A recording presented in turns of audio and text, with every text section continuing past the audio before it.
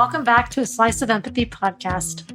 Today's guest is someone who has faced both mental challenges and the complexities of addiction, but has turned his journey of recovery into a source of strength and inspiration.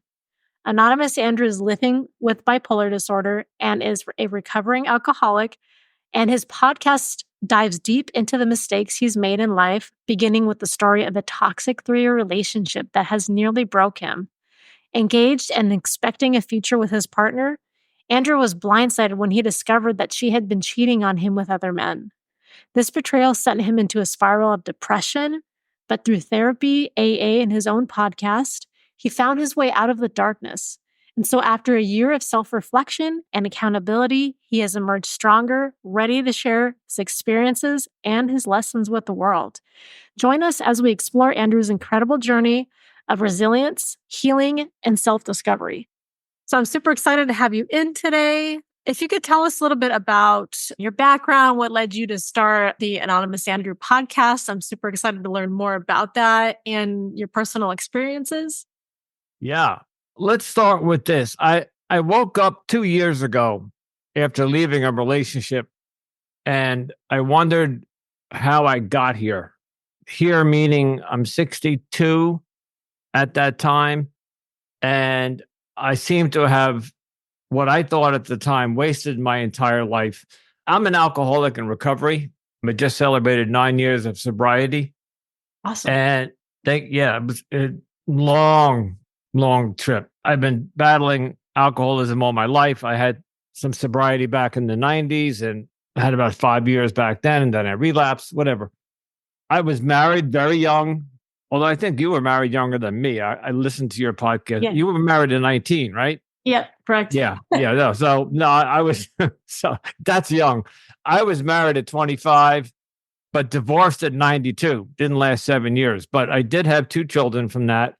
Went right back out. And this is part of my story is up until the age of 62, I thought in my entire life that I needed a woman on my shoulder, like on my arms. Like I had to have a woman in my life. Maybe that came from my parents because they were married their entire life until death did them part. Yeah. My father treated my mother very well. I grew up in a very healthy, which is, you don't normally hear this from an alcoholic or from a lot of stories. You hear troubled childhood. Yep. My father was a doctor. I went to all the good schools, Catholic colleges. I did very well, but I was a rebel. And somewhere along the way, I took a left turn instead of continuing on the path. And so after my marriage, I got into right away another relationship. And the divorce hadn't even been, it was just drafted in the courts. And I met my next girlfriend and I got her pregnant. And although we didn't get married, we stayed together for 10 years. We raised my 3rd son. So 2 from the first marriage, 3rd from this relationship. That ended 10 years later. And I jumped back into another one. And that lasted 5 years. And a lot of drugs and alcohol were involved. And then you see the pattern that ended. And then I jumped into another one and another one and another one. So it's called serial relationship, or codependency would be the word. And I just felt as if I couldn't live without somebody in my life. In this case, in a heterosexual relationship, I couldn't live without a woman. And I met somebody. So I'll skip all the relationships in between. In the year COVID hit us, or even before that, maybe 2019, I, again, found myself single and jumped on eHarmony as I was doing for the last 15 years. I believe in dating apps, and we could talk about that a little bit later because that's part of my podcast. And I met this beautiful Latina woman, absolutely stunning. And I never thought for a minute she would go for me, but I reached out to her, said hello, and sure enough, I got a response, and we started chit-chatting and texting, and I don't think it was more than 2 weeks. We went on our first date, and in the fairy tale world, it was love at first sight, and we clicked. And the first year was looking back at all of my relationships, including the marriages. She was the most amazing, most beautiful, most spiritual, generous, giving, kind, gave me what I filled that void that I thought that I needed filled. And I said, wow, thank you, God. Thank you for this. And just was bewildered, like this was actually happening. And as quick as that came about, so we'll call that the honeymoon period, right? The first year is just rainbows and unicorns. Almost overnight, things started to deteriorate. I would see things that didn't make sense. We would have plans for Friday night, and I couldn't get a hold of her. Not answering the phone, not answering her text. There were many times that she would come over very early in the morning, and first thing she would do is take a shower. And I didn't think anything of it at the time because many people start their day with a shower. But one of the things she didn't do a lot was stay over. I'm giving you little tidbits here, but I'll get to the point in a second. There were all these little red flags. Well, they were really big red flags. Like I call them lifeguard size red flags. And I ignored them, or I chose to ignore them because I was so infatuated with her beauty and the fact that she wanted to spend time with me. By the way, she was 10 years younger than me. So I'm at 58 at the time. She was 50, something like that. And she looked 40. So I'm really just head over heels. Like, again, thank you, God. But the disappearing acts, the not answering my calls, then came the intimacy that we would have when she would come over. There were maybe about 16, 18 months in, she started telling me when we would get intimate in the bedroom, she would say to me, "We can't have intercourse today." And I would say, "Oh, okay. But can I ask why?" And, in a normal relationship, you would have a conversation. Right. But I didn't get that. I just got, listen to me. We can't do that. And then she would offer other things. So again, I'll try to keep it clean, but she would offer other acts of intimacy. But again, here I am just bewildered that this woman is even in my bed. So I would just go along with it. And then, of course, after that, we'd get up and go cook, and then we'd go for a drive, and we went on vacations. It was beautiful. But these little red flags popped up, and this intimacy thing started happening more and more. Like almost every weekend or every other weekend, we didn't see each other often during the week. She lived about 45 minutes away. The bottom line here is that she was a professional escort, and she was a stripper, and she was in the adult entertainment industry, and put two and two together. She was obviously out the night before. I ultimately caught her in that. I started getting suspicious. So I have some contacts in that industry. I ran a support group for women who got out of that industry many years ago. I have another whole part of my story about I live with bipolar disorder. So I used to run a bipolar or mood disorder group support thing. And there was a woman who was being sex trafficked, and she came to our group and she didn't know how to get out. And a bunch of us worked very hard to get her out of that industry because she was being forced to prostitute herself and yada, yada. And so I had some connections of people. So I reached out to them. Now, of course, this was like 10, 15 years ago, but I had reached out to them and I said, "Hey guys, remember me?" And they did. And I sent a picture of my girlfriend and I said, "Can you tell me if you've seen her in your circuit?" Now, where I live, there's, like any other city, there's a big adult entertainment. So there's a lot of gentlemen's clubs, a lot of strip clubs, a lot of escort services. And a couple of days later, I get a phone call from my source, and he said, "I have some really bad news for you." He says, "Not only is she do we recognize her? She is a premier VIP escort. She was one of these women who you needed to know somebody and join a club and pay a lot of money. She was a VIP escort. You had to make appointments with her. She charged thousands of dollars a night. And when I heard this, I dropped the phone. I was like, and of course, she was I don't know what the word is, I guess a VIP stripper. They would fly her around the world. So I left out that part. She took many vacations. So I don't know, 6 months in our relationship, she said to me, "Hey, honey, I'm going to Florida." And I said, "I'll go with you." And she said, "No, I had these tickets before COVID. If you remember COVID, they shut down. You couldn't travel for a while." And she said, "I had booked these tickets and I'm going down. My brother lives down there and I'm going down there." And I got gaslit into why I couldn't go. And of course, I, at the time, again, accepted it. And I even drove her to the airport. And I said, "Have a great time." And she would call me when she was down there. We would FaceTime with each other. But what I found out later was that they flew her to Fort Lauderdale. They flew her to Orlando, and she would do these VIP.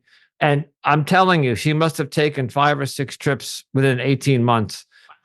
And I finally said to her one day, and all these trips that she took, I was told they were family this, or I got some gaslit. And again, I was being gaslit, but I was not. These are giant red flags, and I just didn't want to accept it. Right. And, oh, by the way, I did confront her with it, and I finally said to her, "Look, I love Florida, and I have family down there, and I want to move. I want to retire down there." And I said to her one day, "You and I are going to Florida. You're going on all these trips without me. I'm going to take you to Florida." So I booked a trip. I got an Airbnb, and I booked a 9-day vacation to go to Key West, and we were going to spend all this time in Florida. On the second day that we were there, I got up and I went to an AA meeting in the morning because that's what I do. But it was an early meeting, it was 7 o'clock. And I got back to the Airbnb at 8 o'clock or 8:15, and I opened the door and the room was vacant. Oof. She was gone. The suitcase, all her clothes, all her cosmetics, toiletries, all of that gone. And again, I'm just standing there going, "What's this?" So, of course, naturally, I tried to call her. And for about an hour or two, I couldn't get a hold of her. And I don't know, did she get kidnapped? I have no idea.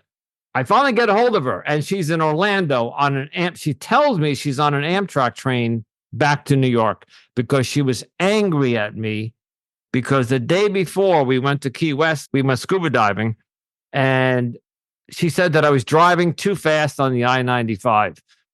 And so she was angry and didn't want to continue the vacation with me. And again, that's gaslighting. It turns out, again, later, that she used me to get to Florida, and then she had a gig up in Orlando. And at that point, I was done. I said no more, because after her going to Florida all these times by herself, I finally take her, and then she abandons me down there.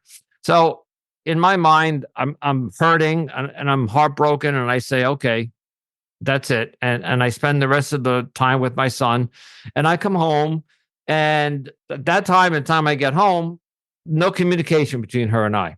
So in my mind, it was a clean break, and I was starting the grieving process. I'm sitting home. I was on vacation. I took a 2 week vacation. I was sitting home because I was on the vacation, but I had 2 weeks. And it was my last or second day to my vacation before I had to go back to work. I'm sitting home and I hear a knock on the door, and I go to open my door, and there's my then ex-girlfriend standing there. I don't know what she had. She had like a gift in her hand or something. And she had these puppy dog eyes and said, "I am very sorry. Can I come in and talk to you?" And I didn't know what to do. So I needed an explanation. So I said, "Yes, come in." And we sat on the couch. And again, she apologized, and she even took out her checkbook and offered to write a check for the entire cost of the vacation. And long story short on that one was I took her back. And then 3 months later, we took another vacation to Pennsylvania, and I asked her to marry me. And I got down on my knees And we went in Pennsylvania, there's a place called the Grand Canyon of the East Coast. So it's not the one in Arizona, but there's a beautiful place in Pennsylvania that it's a national park. And I got down on my knees, and my sister lives out there. And must have been about 30 or 40 tourists around us, and everybody was video with their cell phones. And you could see me on my knees proposing to her with the Grand Canyon in the background. And she said, "Yes, I'll marry you." And 2 months later, she does the same thing. She disappears, blah, blah, blah.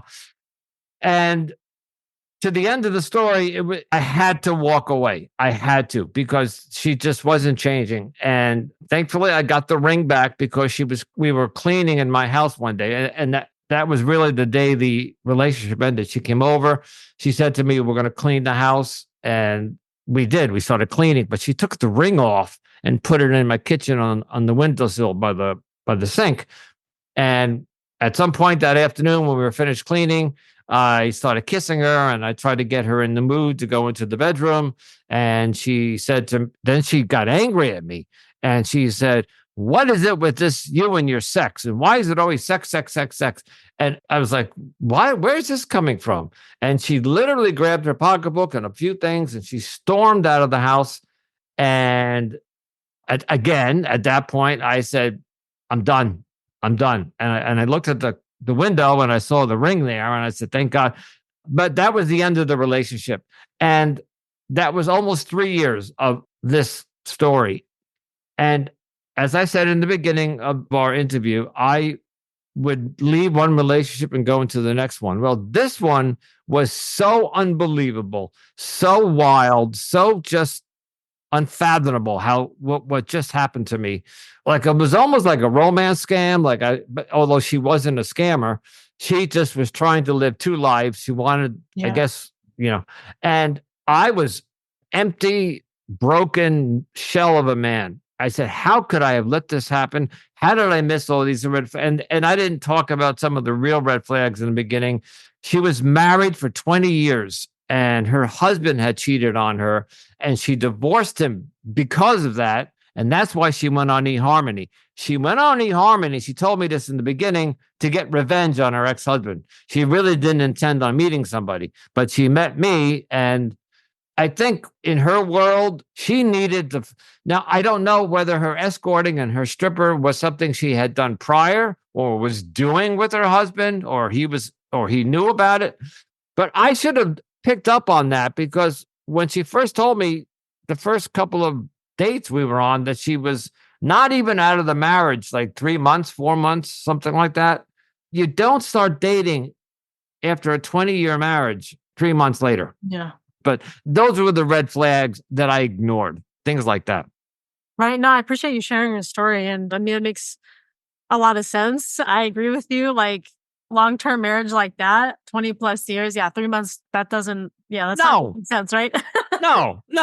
And, I've been around the block. I was blinded. What do they say? Love is blind. Yeah. I was so blinded by her beauty. And I'm telling you, she had that glamour to her. She was always beautiful hair and nails. And one of the things I'm known for on my podcast is my open, honest, vulnerable thinking and talking. What do men think with? Our little brains, not our big brains, So I just wasn't thinking, and I also was in that codependent pattern. So the good news here is that I've been single for 2 years, the longest time in my adult life. And during the past 2 years, this is when I started the podcast. I said I need to. So some people write books, some people, they do all sorts of things to grieve and to process. And I have always been a podcast fan. And I was a DJ back in college, and I'm in the communications world. I'm an IT consultant. So I said, let me start a podcast about the pitfalls of falling into this kind of a gaslighting relationship and deception. And I don't know how it took off. Like, I just reached 10,000 downloads about a month ago. I'm in my third season now. And the first whole season was about the relationship and how to avoid those pitfalls. But it was more for me. It was my way of venting and being therapeutic. And it helped me a lot. And the second season was more about me learning how to get out and start to date healthy and not latch on to the first beautiful woman that came along. But I've been on many dates over the last 2 years, but never have been on a second date. I'm not ready. I still think I have more healing to do, not necessarily from her, but I need to be comfortable in my own skin, and I need to learn how to live by myself, be by myself. And so I'm now starting to take dating a little bit more seriously. And by the way, along this journey, I met somebody that approached me and asked me if I would interview her, and she was involved with a cult. And this wasn't romantic. She came to me and wanted to know if she could come on the show and I talk think about I the saw cult. some of those episodes actually. Yeah. So cults and romance don't mix. So I did a couple episodes, and my audience kind of screamed at me, like, we're dating, we're dating, we're dating. All of a sudden, there was a cult episode. So, but I was fascinated. It was the Twin Flames Universe cult, which is based out of Michigan, and you can go on YouTube, and Netflix and Amazon did a documentary. I got so interested in it that I started a second podcast. So I have two podcasts now. One's called the Anonymous Andrew Podcast, but the second one is Cultimatum, Culture of Cults and Human Trafficking. And we interview survivors, and we dive into the dark world of cults and human trafficking. And we just started that, I don't know, 4 or 5 months ago, and that's doing well. And now I have an idea for a third podcast, which maybe next time we'll talk about that. So that's my story. Yeah, I'd be curious to learn more. I'm a big science fiction, like anything government conspiracies, cults, like I'm all like into that stuff. So I'd be, like a little bit like later on curious, like whenever we talk again, we should connect on that. And I think I scheduled to be on your podcast at some point in time. It's been a bit. I'd have to go back to look at my calendar, but I'm pretty sure. I'll send you, you know what? If you didn't, I will send you my Calendly link. When on your show, I want you to be on my show. Absolutely. So come Awesome. on. Yeah. Well, Yeah, I'd be honored. yeah, that would be great. And we'll hear your story, because I did listen to some of yours, and that getting married, and I remember you said I'm married, and everybody thought you were pregnant, right? And Yeah. it's It's really common. And it's funny, actually, kind of hearing about your story, like relationship to relationship. There is someone I follow on YouTube. Her name is Mikkel Jancy. Comes from a very fundamentalist Christian background out of Texas. And I enjoy watching her channel and stuff like that. But there was some things that kind of came out like against her that kind of put her in the limelight, because when she initially started her channel, she was married to her first husband, went through a divorce, and it was seen in a very negative light, especially because like a lot of her followers were also probably fundamentalist Christians and had and very that's like, a oh my cult. gosh. Yeah. And exactly. And they're like, oh, my gosh, you got a divorce and you should have stayed with your husband. But long story short, and I think like a lot of people were actually attracted to her channel because a lot of people could relate to the fact that she ended up getting a divorce, and she married pretty young too. I think like 21 or something like that. Very common. Yeah. But because of like culturally, oh, you've been dating 3 years and the next step is marriage, da da da. But long story short, he came out he was a sex offender. He was on a list. I don't know the details of it, but he was also a serial cheater. So he was like, the whole time they were together, like 6 years, he had probably seen at least half a dozen women. And she admitted later on there was some red flags. She didn't want to question it. I think she accompanied him to court for this sex offender case and went along with it. Eventually, in the bedroom, they weren't having sex, and for a while, and she was just feeling like, okay, you must not desire me, you must not want me. And then he presented to her like, oh, well, I think I don't want kids. I think I'm no longer connected to God, da da da.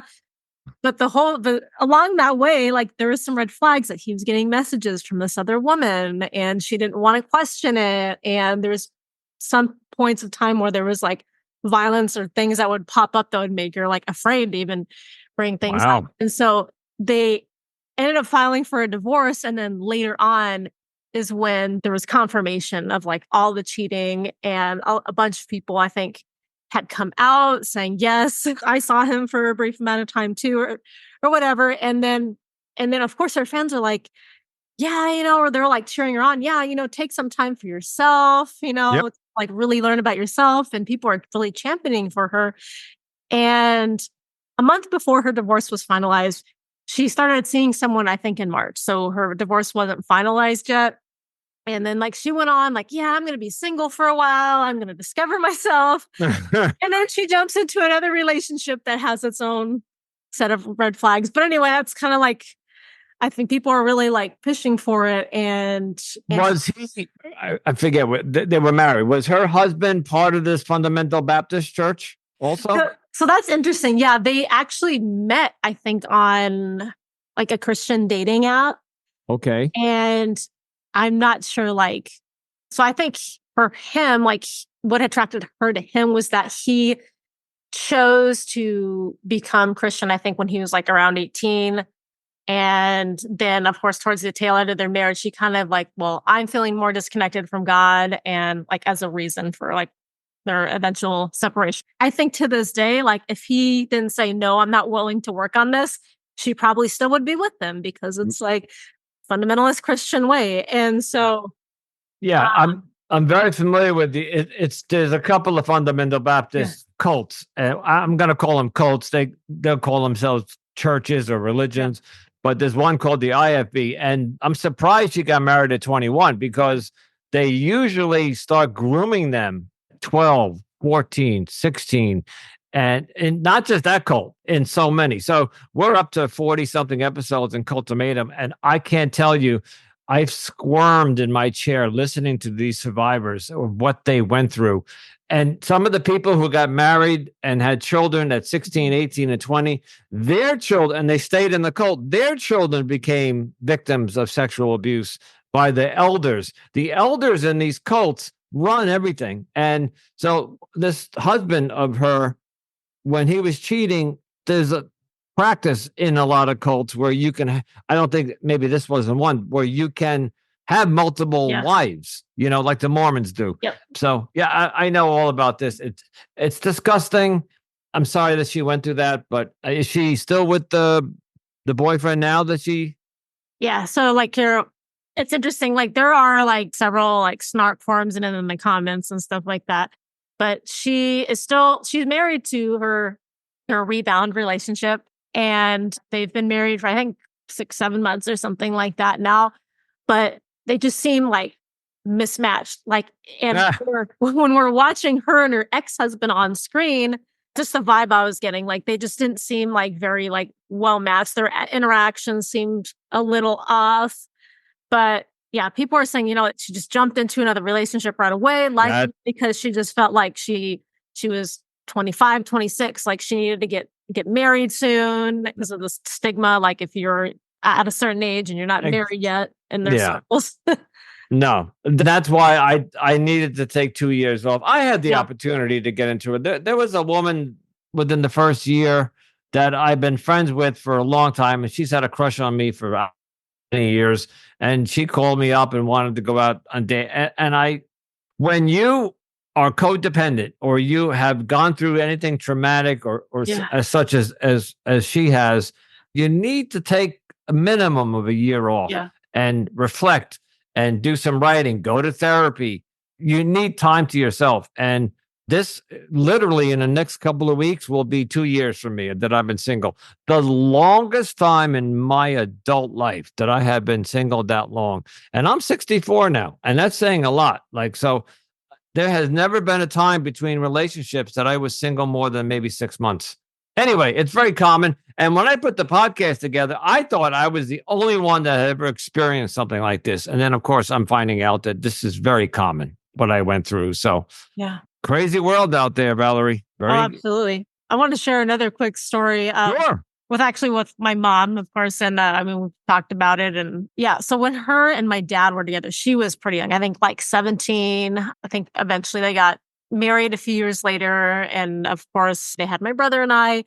They were together, I want to say, for about 10 years. And then my mom, of course, like generational trauma, right? She came from her own like dysfunctional upbringing. And so she ended up jumping into another relationship because, I mean, my dad wasn't like giving her like, he was very disconnected and not really giving her like a lot of attention. And so, of course, naturally, a lot of times people start seeking it elsewhere. Absolutely. And yeah. And so not too long after that, and I think my dad was even like aware of it. Just like he was just like, whatever. Like he just like didn't care. Like and at this point, the relationship just wasn't a priority to them. And so like it kind of took her saying, like, okay, well, I'm seeing someone else, okay, or whatever.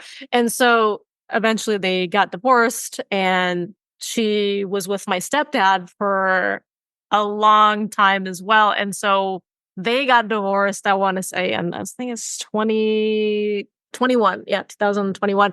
So it's really it's like the last 3 years now, and she's like in her late 50s. It's her first time ever really being single. Yep.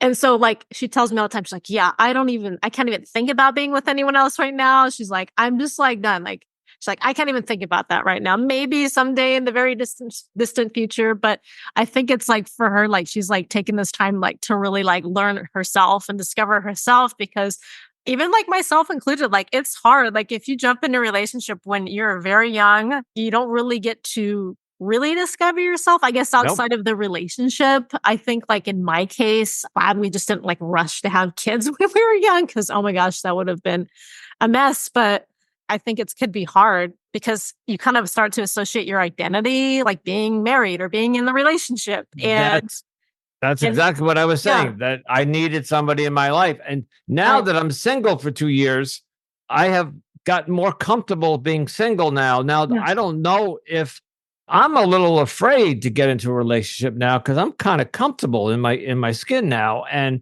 I have become set in my ways. It's so there's a really fine line between singlehood and romance. And interesting enough, I think a lot of this can be genetic. Yeah. My dad, when my mom passed away first, so I told you they were married till death did them part. Within 1 year, he was remarried. And my dad called me and said, I found somebody down here and I'm getting married in 6 months. And I said, Wow. yeah, exactly. And they were married. They were married like 50 years. This is your And dad? yeah. Oh, wow. And Okay. so he did. He married somebody my age, so Wow. younger than me. So my stepmother is younger than me. And then he ultimately passed away in 2014. Uh, And I have a stepmother that's younger than me.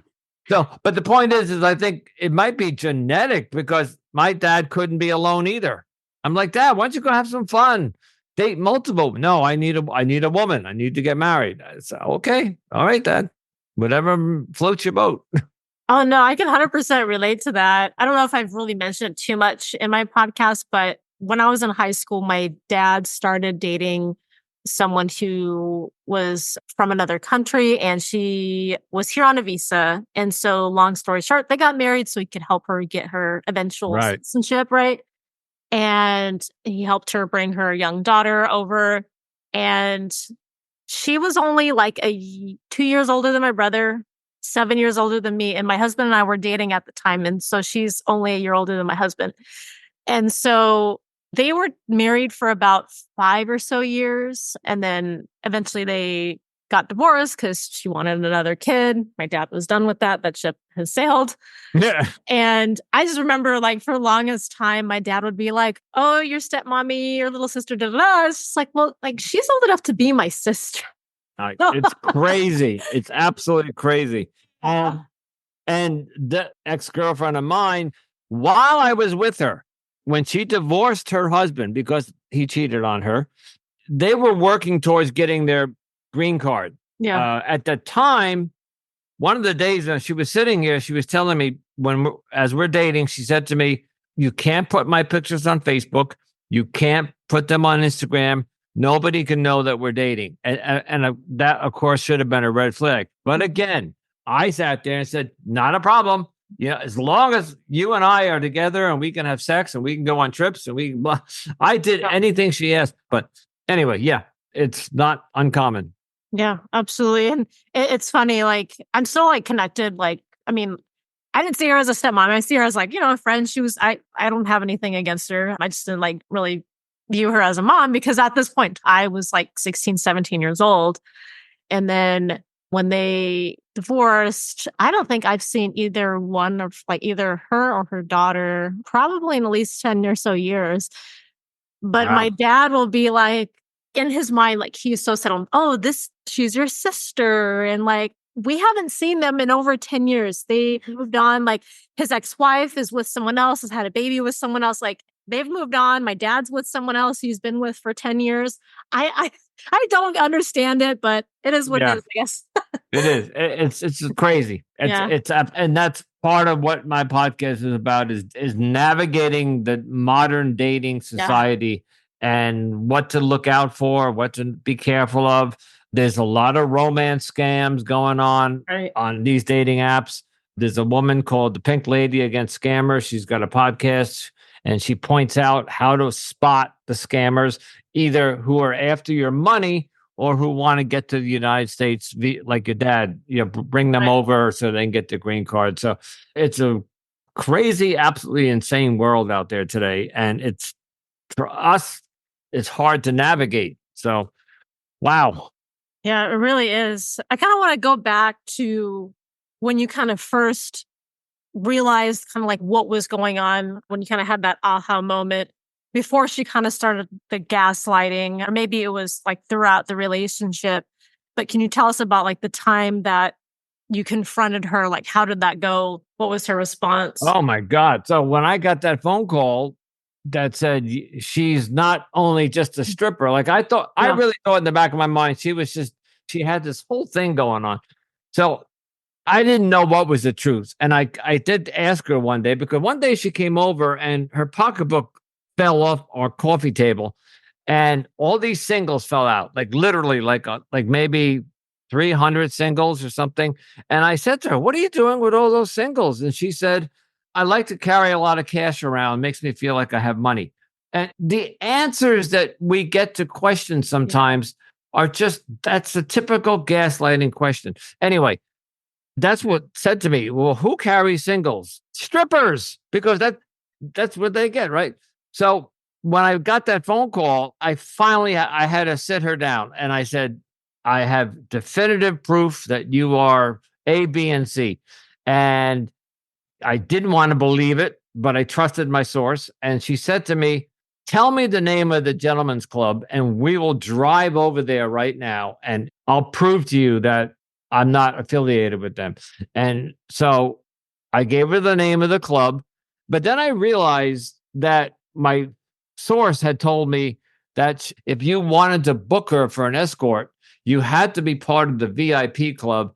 And it's possible that if she had walked in there, if I had gone in there were people there that would not have known who she was because she was part of a branch of this gentleman's club where they did all the escort service and she had a madam. So none of that would have made a difference. So for her offering to go there, that was a form of gaslighting because she had already arranged the fact that if she walked in, she said to me, "Let's go there and you'll see that nobody knows me." And it's about a 45-minute, 50-minute drive from here. And I wasn't, again, she just gaslit me and gaslit me. And I hate to say this again, but I was so madly in love with her and I was so infatuated with her that every time she tried to get out of the jam she was in, I opened the door for her. I said, "Okay, we'll give it another shot."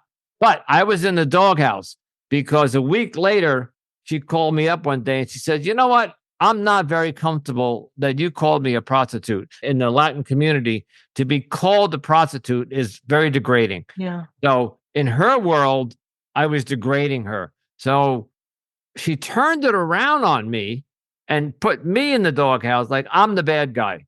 And she ran with that. She wouldn't have sex with me for a couple of weeks. She played it out. She played that role that she was upset and angry that I called her a prostitute. She was very good at what she did. And I would love to get her one day on my podcast to interview her. Of course, she'll never do that and she'll never admit to any of that. But my reaction that day was I was infatuated with somebody who I thought was having sex with other men for money.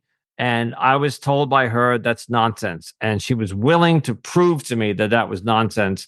And I just, again, ignored those red flags. And until the very last day, I didn't really tell you this part. The last day that she was here, or the day before we cleaned the house, we did go into the bedroom and how do I say this for your podcast rating? When she got naked, the vagina was swollen. Let's just put it that way. And I said to her, "What's that?" And she just said, "Nothing." Again, you're not seeing what gaslighters do is they will tell you that what you see is not, it's not there. You're crazy. Yeah. And it was a dark room, but I said, "No, your genitals are swollen." And anyway, you get the idea. It was just one gaslight. That's why I had to take 2 years off. I had to take a real deep look into myself and say, why did I let this happen to me? Why did I fall for this?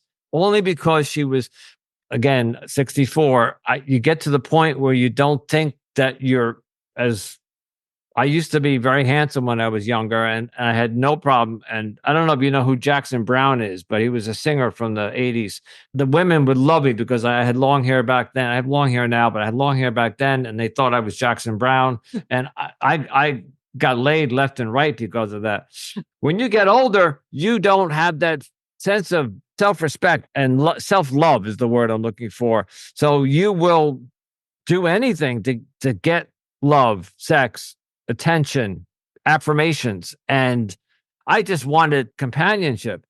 So I'm going to stop there. No, I actually appreciate that you mentioned that, because I think you're spot on, because I think that's something my dad, like, he's in his early 60s, and that's something like he's been struggling with. And he's had many of a relationship. And I know, like, his appearance is something that he's really hyper focused on, and he gets a lot of validation and people saying, "Oh, you look so young," da da da. And also, to some transparency, he's also like had some work done, and I think that's also part of it as well. But he's very, very focused on it, and like to I a am. point where I think it's not healthy. But I am too. yeah, I am extremely active. I play tennis. yeah. I just before we recorded, I went down to the beach. I live right by the beach. Oh, nice. I use a lot of lotion. I really try to take care of myself. So in real life, I may not look 64, but inside me, I don't have that confidence. We probably don't have time, but there's a story about right now I'm struggling. I met a woman in a grocery store a couple of weeks ago. We played this dance, like this flirting dance in the grocery store, and nothing happened because I'm a chicken shit. I didn't ask her out. The following 2 weeks later, I run into her again, and same thing. And somebody else told me this. It's called the 20 seconds of courage. The courage to walk up to a person and realize no dating apps and start a conversation with them because you're interested in getting to know them. And, are they single? Are they interested? Can you ask them on a date? I have forgotten how to do that because I've been on dating apps for 15 years, So approaching somebody in real life. And then today I went grocery shopping and there she was again. And I froze.